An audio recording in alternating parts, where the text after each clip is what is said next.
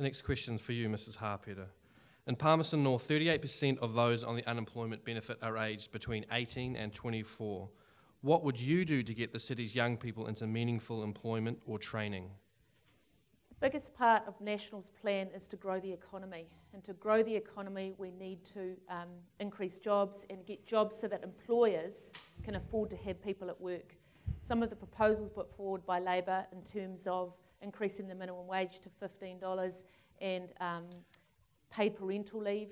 How do we grow the economy, though? Coming back to National's plan. Yeah, no, and I'm just going to talk about that. And those things there,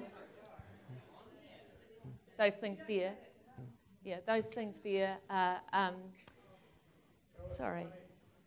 Yeah, show us the money.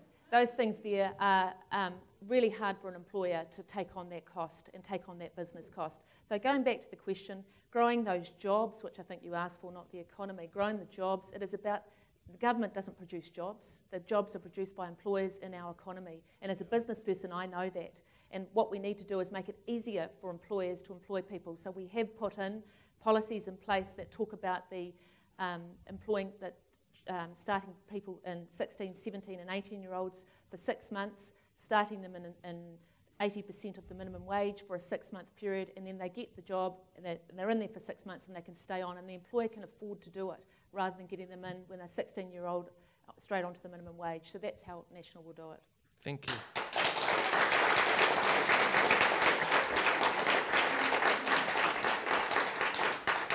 Ms. Lees-Galloway, your response. New Zealand's already a low-wage economy where our wages are low enough as it is. We don't need to be going backwards by telling our young people that they are not worth what an adult is in the workplace.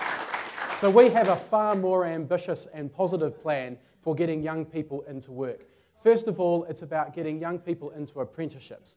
Now, there's thousands of young people every year. In fact, there's 58,000 more young people on a benefit today than there were 3 years ago when National took office.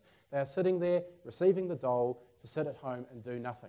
We have said to employers that if they are prepared to take someone on for a full apprenticeship for 3 years, we will pay them that dole money for the first year. And we've had really good response from employers that that is a positive move that will help them take on apprenticeships, because it's the first year that is the real hurdle for them. They've got to train someone up, make them useful in the workplace, but they've still got to pay them a full wage. So we will help employers through that first year. It's cost neutral to the country because we're going to have to pay that dole money anyway.